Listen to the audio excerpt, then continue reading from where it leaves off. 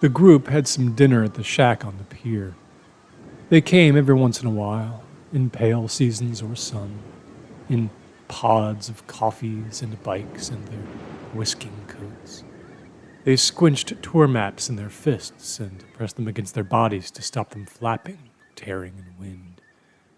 Few of them were brave enough to attempt to fire. It was like they were afraid they'd burn the beach, like they wouldn't know what they were doing, though they squinted longingly at the orangey sparks of locals when the dark sunk down.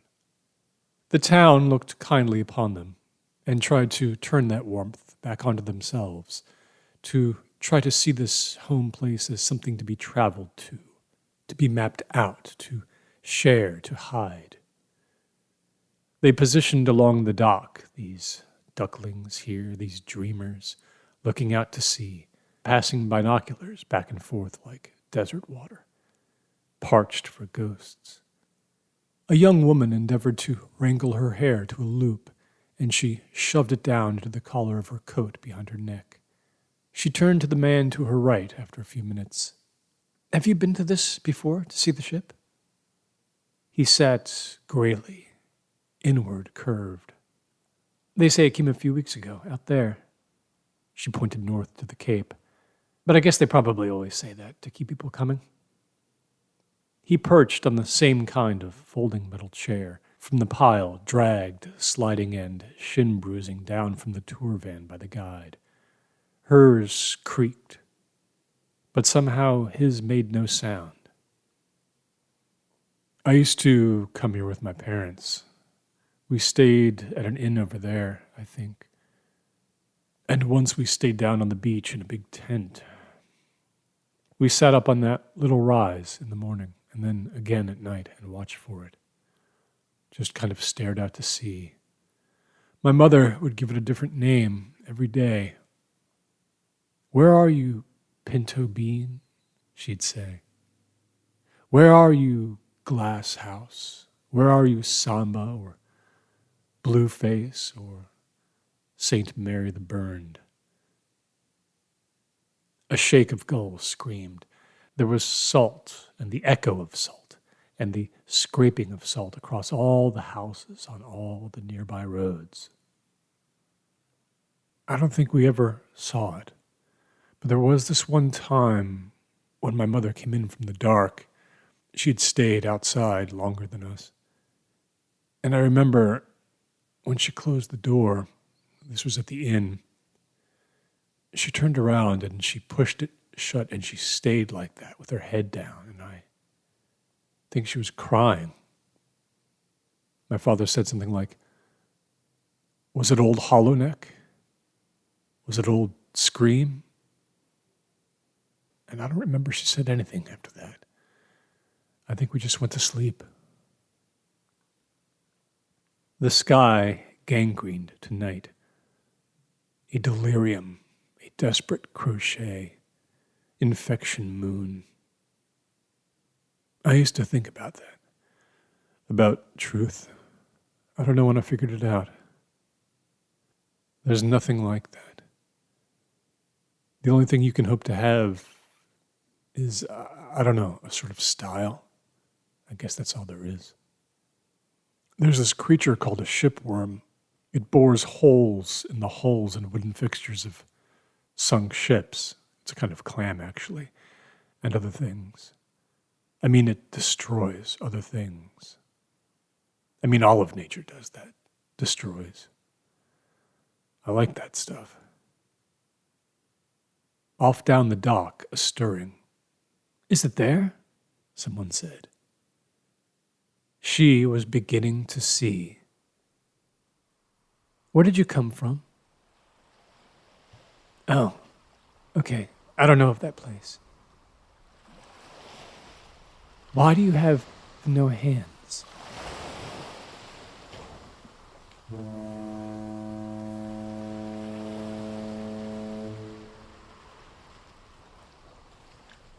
Did you take the pill yet?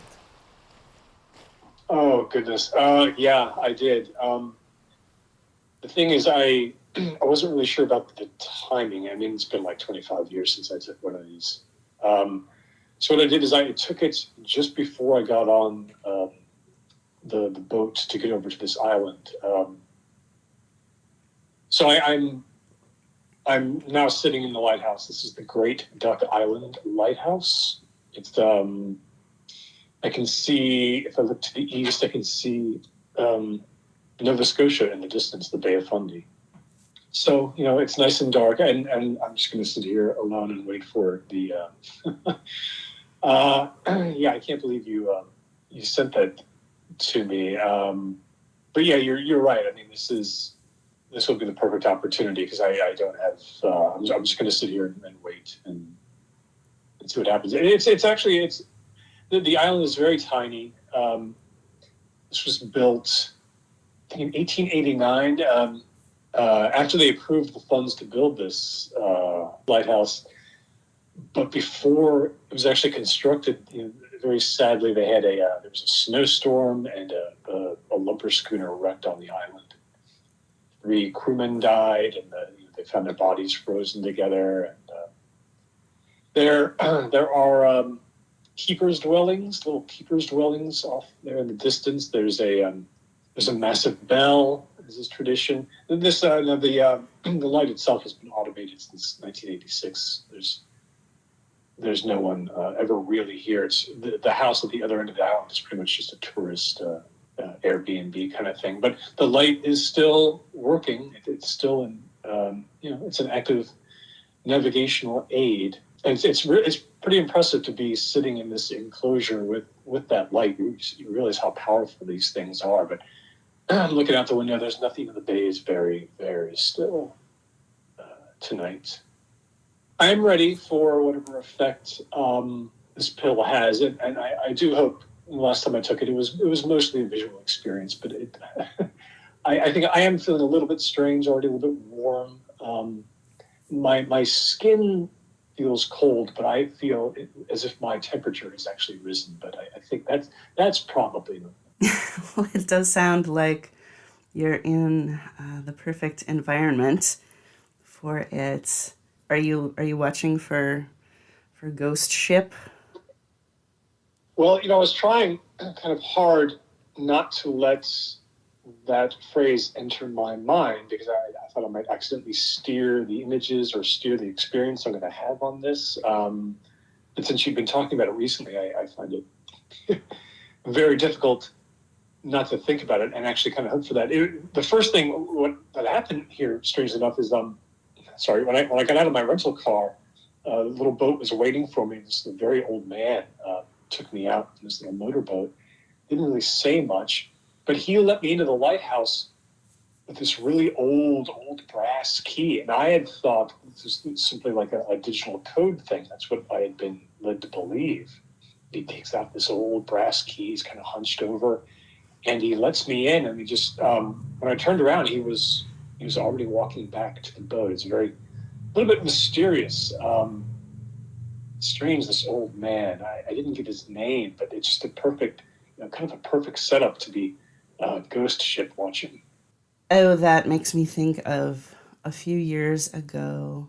I was corresponding with this woman who, for a time, she moved to this small town on a bay, and she started seeing this boat. It would usually be at night or when night was falling. You could see a boat. Sometimes it would be just the boat, and other times it looked like there was someone in it. And it wasn't, you think of these phantom ships or ghost ships, it being a large ship, able to, contain many people, which makes it all the creepier when they're discovered to, be empty and no one knows where the crew went or what happened. But this was a smaller boat. This was like, she said it was about like a rowboat size. And yes, sometimes it would be empty or appear to be empty. And sometimes it would have you could see a figure in it. It would be kind of along it would be fairly close to the shore and like along the rocks.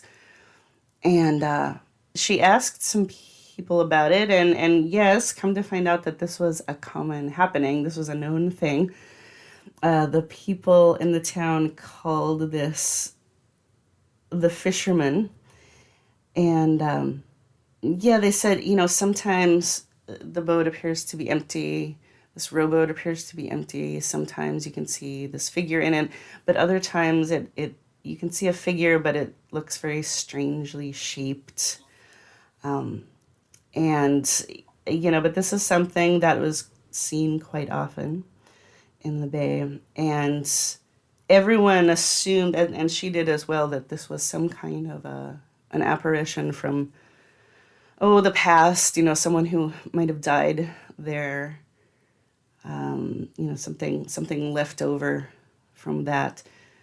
But and this is where it gets very strange. Her last correspondence to me, she said that although she had made this assumption, that she realized after she left the town, and not until after she left the town, that wasn't it at all, that they had it wrong, that it was not a figure appearing from the past, but it was a figure actually warning about something that hadn't happened yet. And that's all she told me. I didn't hear from her after that. She never, consequently, she never elaborated, and I'm just left with this idea. I don't know what that means, but I guess there are all these different ways that the sea can kind of swallow you and overwhelm our tiny endeavors.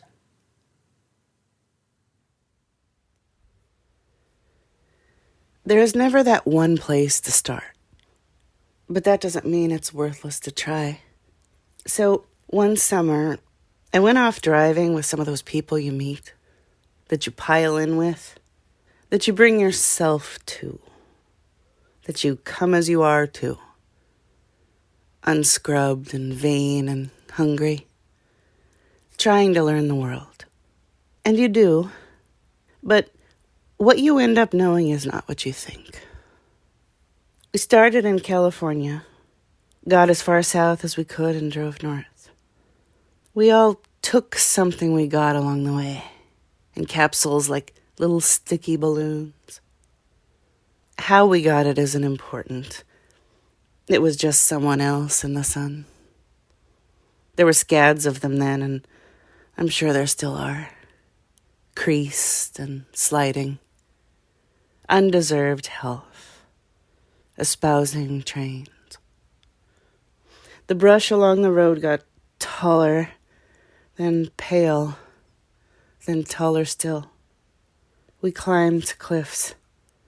Round blue fields led to beautiful farms, barns waiting patient for their machines, which sat out unmanned in the twinkling shade of seabirds, painted bright primary colors like preschool blocks, like Paris in the rain. We drove up the coastal highway and, sometime at night, steered off into the grass. For a bit we sat mostly quiet, hearing the whistling, moaning wind running off the beach below. We might have all thought about the whales and the sharks out there, and the dark water falling down. First like a pool, easy and smooth out to Marianas. Then a plunge to lightless space. We pulled the stray coats and shirts up from the car's scratchy floor and scrunched them up behind our heads and pulled them lamely across our bare arms. We tried to rest, but worried we weren't far enough off the road and would be hit. But we knew that we did the best we could, and we knew we couldn't drive anymore just then. I was in the back right, the farthest seat from the driver, and that's how I felt in those days, in the farthest seat. After a while, I got out, crossed the highway, and found the clumsy stairway of boards. One strange foot and another, I made my way down. I knew this beach. We used to come here. There was a little cabin nearby where we would go. Someone else owned it now. After my father died, my mother spent a month here cleaning it out. I wasn't around much then.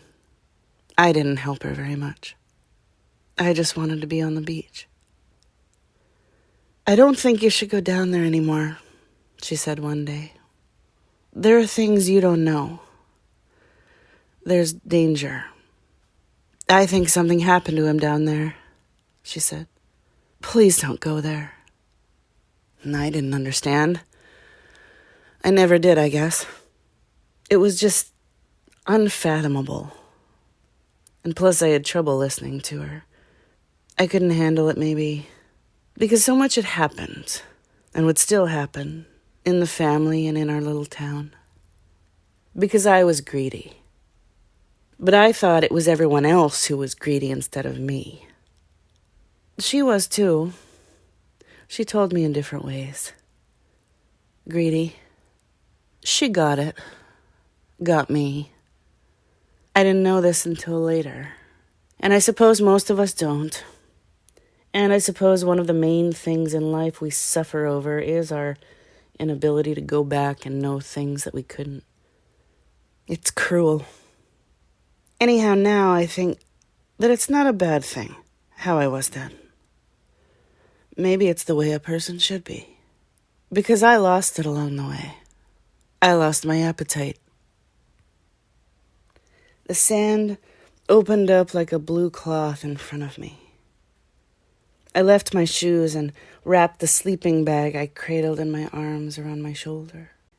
I suppose I thought they might leave me, my fast friends, and I suppose I didn't care. I disappeared. I'm not sure how long I was gone. When I woke up, I lifted my head and felt my neck grab and creak. The moon lit the wall of fog pushing in, and it glowed unholy. There was something in the water. There was something in the water near the beach. A ship. It was huge, a scoop of curling wood. At first, I couldn't tell if it was moving or not. It was like I had forgotten what movement was, or what it looked like, or if it was real or just a sensation from the purring sand. Apart from it being there, from its volume and bulk, it didn't make visual sense. It was too far ashore. It would have been stuck, mired, seized up. But it was rising and falling, listing in wind. Sails like struggling wings. Then there was a sound I've never heard before, that I didn't know existed. Something jumped off the ship and splashed. First one, then another. And another.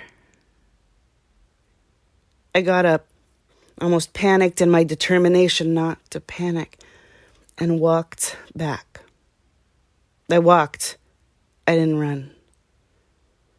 The sleeping bag dragged behind me. I went up, feeling the muscles in my legs take each upward step, putting my trust in their strength. I never looked back. The car was still there. It was running, and the headlights were on, as well as the interior dome. The keys were in the ignition, the inside still strewn with items of clothing, an army bag, and a stuffed brown bear. Packs of cigarettes on the dash. They were all gone. I looked out, once, into the whipping grass, like snakes at the bottom of the sea. I got into the car, pulled shut the door, and began the long drive toward home.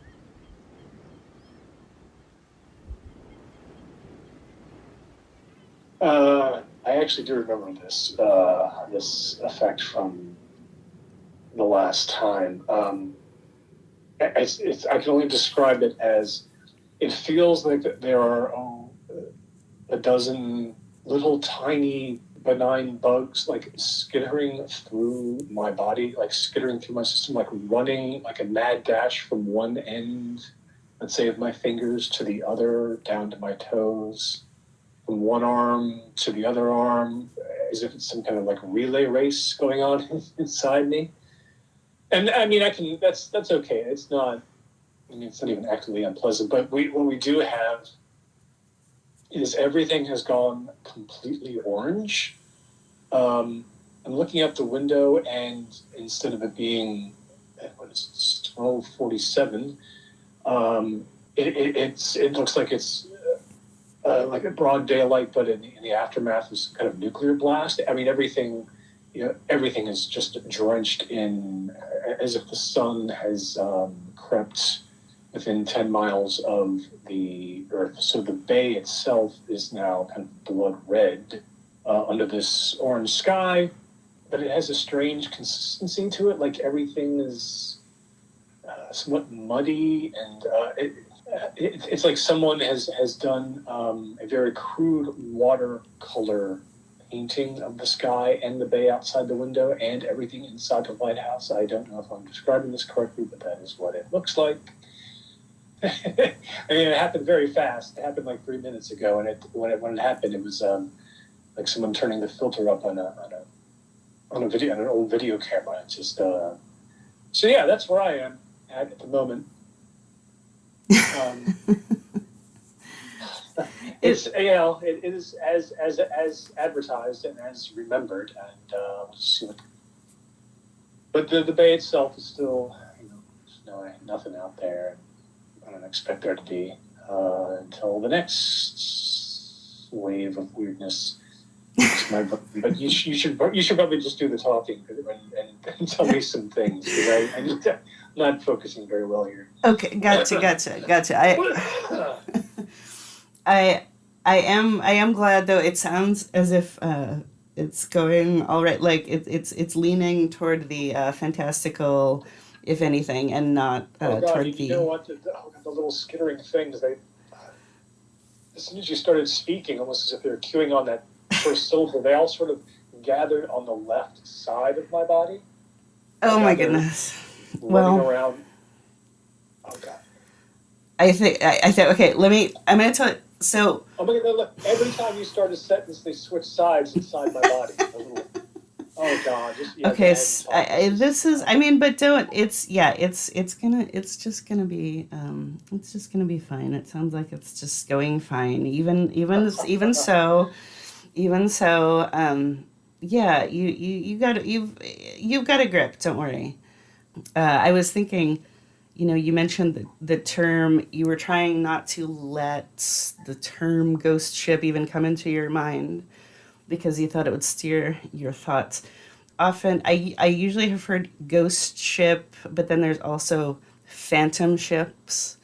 And I know that it's a little controversial, because some maintain passionately that a ghost ship is merely an abandoned ship, and a phantom ship is a ship that is a ghost. Like the Flying Dutchman, like an apparition.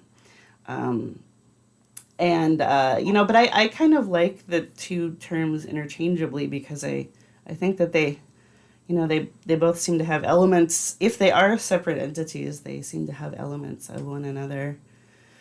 The last time I took that pill, it was funny. It was another kind of water situation. But it was at a lake. It was this volcanic lake in Oregon, and it's very, very bright blue. It's the deepest lake in the country, and it's very cold. The water is very cold. It's fairly inhospitable to life. But one of the bizarre things about it is there's this tree. There's this tree trunk. It's like 30 feet, that has been floating in the lake vertically. So you just see a few feet of it poking out above the water, but it moves around the lake. I mean, I fairly quickly, from what I understand. it just is floating around the lake. It's been there since like 1896. They call it Old Man of the Lake. I don't know. I something about the crossing of terrains and like this very eerie element of like, what is it about ghost ships that's so fascinating and creepy? You know, there's the obviously creepy thing of, you know, finding some kind of an abandoned structure, especially if it appears that it just happened, or there was some kind of strange event and there's just no sign of anyone. I know that it's not always quite that dramatic, but it's very, very eerie, that thought. And then you kind of add that to the whole just unknowable vastness of the sea. And I think it's often too, yeah, the timing details are strange because, you know, it'll be like not what you expect. I mean, if you come upon an abandoned ship, I guess you're expecting for certain signs to kind of line up and make sense with a timeline of, you know, and often it's, you know, I'm reading these stories of just, you know, almost like finding coffee boiling on a stove, or, you know, just it appearing as if the crew was just sitting down to a meal and then suddenly left. You know, nothing is prepared. There's no proper logs or notes or any detail. I was on this ferry once and I started talking to this couple, this married couple. The husband they both seemed very nice, but the husband kept getting up and down and he seemed really nervous and he was pacing around outside the deck a lot and just, he just seemed like he was in quite a state. So I was talking to his wife more, and she kind of revealed to me that he used to be with the Coast Guard, and they had once found an abandoned boat, and it was just the classic scenario. You know, the crew was gone. No one ever figured out what happened. No one ever found them. And it just was so haunting to him that, I mean, he hated to be out on the water. The only reason they were taking this ferry was because they were trying to quickly get to their daughter because she was having a really bad time. She was ill or something, and it was kind of I understood that it was something they wouldn't normally do, like not a way that they would have traveled if there was an alternative, but they were on this ferry, and even just that amount of being out on the water, she said that he just hates it, and he still, you know, it happened, I think she said like 17 years prior, something like that, but he would still have these visions of, he would see the ship sometimes, but not always on the water. He would sometimes see it on land as well, but not the entire ship. Like just a part of it, like a part of it had been sort of torn off or crushed, or like a part that was broken on rocks, or I don't know, bitten off. And she was very worried about him. That seems kind of shocking to me. Not only that this apparition would follow you onto land, but that it would be so kind of such a violent after image too, you know.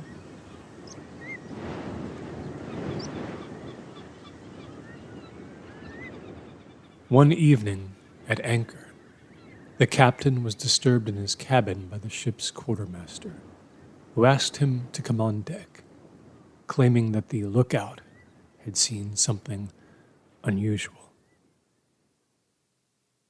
Figure 1. On July 10th, they found the Electron drifting in the mid-Atlantic. She was taken alongside the freighter for a closer inspection. She was caught in a giant squall that ripped into her from the northeast. As the boat was of all-wood construction, she was difficult to spot on radar. The remains of her damaged funnel lie strewn across the upper deck. The next discovery was a mystery. A doctor's bag was found, complete with scalpel, needles, and gut for sutures, and great lengths of blood-stained bandage. She now lies abandoned in the Cayman Islands, her outriggers splintered by hurricanes and her paint peeling in the tropical sun. Figure 2. The crew believed the Asp was haunted. Ghostly happenings were reported while it was anchored in many locations, including Liverpool and Haverford, Wales. These visitations proved too much for many of the crew, who regularly pleaded for their discharge papers. Figure 3. The name False Bay was applied at least 300 years ago by sailors returning from the east who confused the two capes, which are somewhat similar in form. False Bay is at the extreme western end of the inshore marine ecoregion. The continental shelf is at its widest here in the overlap zone, where the warm waters mix. This ecoregion has the highest number of endemics. Figure 4. According to her former captain, the ghost of a woman haunted the ship for several years before she found rest in a dockside graveyard. While his account might easily be dismissed as the fevered ramblings of a sick man, Slocum remained convinced that his ship defied nature. She rode out a deadly gale that ripped the decks of their fittings and bleached them, as he said, as white as a shark's teeth. Figure 5. The island is an outcrop of the Cape granite. It's long and narrow. There is no vegetation, soil of any significance, or beach. A radar mast was built during World War II, but the tower gradually succumbed to corrosion and was blown over in a winter storm in 1970. All that remains of it is rusty, twisted metal. The dense population at certain times of the year attracts the seal's main predator, the great white shark. Figure 6. His writings became progressively more garbled. His chronometer was missing, and it was presumed he held the instrument in his hands as he jumped overboard. This seems a strange act, even for a man who had lost his power of reason. He had also cut his hair before disappearing. Figure 7. The oil tanker was sailing from the Pacific coast of America to the Panama Canal when 2 men died in an accident and were buried at sea. The next day, and for many days to come, 2 phantom faces were seen to be following the ship. Figure 8. It was not until he was 3 days out from Durban that he began having his nightmares. Figure 9. What is just as perplexing is not what was found on board, but what was no longer there. Figure 10. There were dirty dishes in the galley. The parts of various radio receivers lay around on the table, and a stack of 3 logbooks sat on top of the charts. The last logbook entry was for June 24th, the day before the vessel was spotted by a Norwegian freighter. The final entry in the radio log was on June 29, the day before the final radio transmission. It was the last thing anyone heard from him.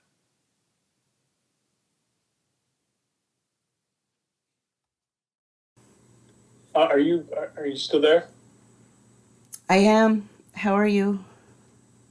All right. I got a very odd text message on my phone here from the person who set this visit up for me, apologizing that no one could meet me and take me out to the lighthouse tonight.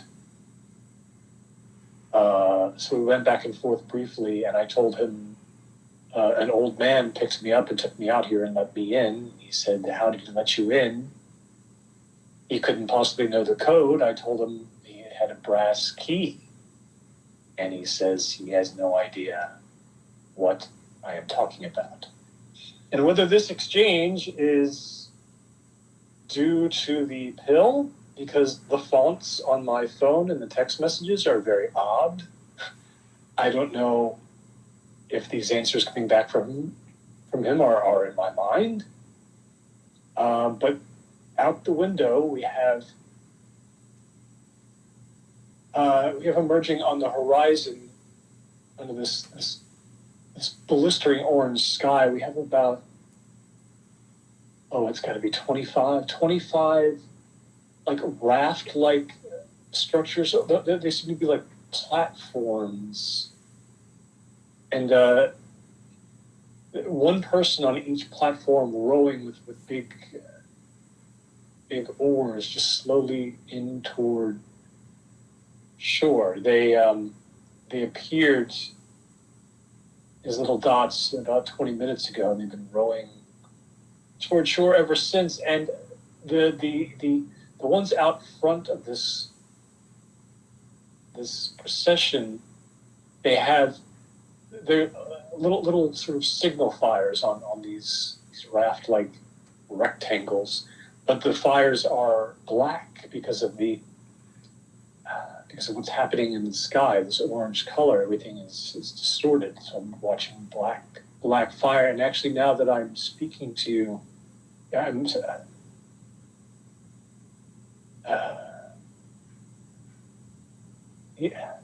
a few of them. You can't hear anything, can you? I mean, the wind is so loud. Can you hear? I suspect it might be my mind. Can you hear that wind? I can't, but I will say, I don't know if this will be a comfort to you or not, but usually I would say that the things you're experiencing, they're never completely coming from the actual environment. They're never completely coming from your mind. And they're never completely coming from the pill. They're all going to be these elements that are kind of meeting in the middle. So guessing where things are coming from is a fruitless endeavor.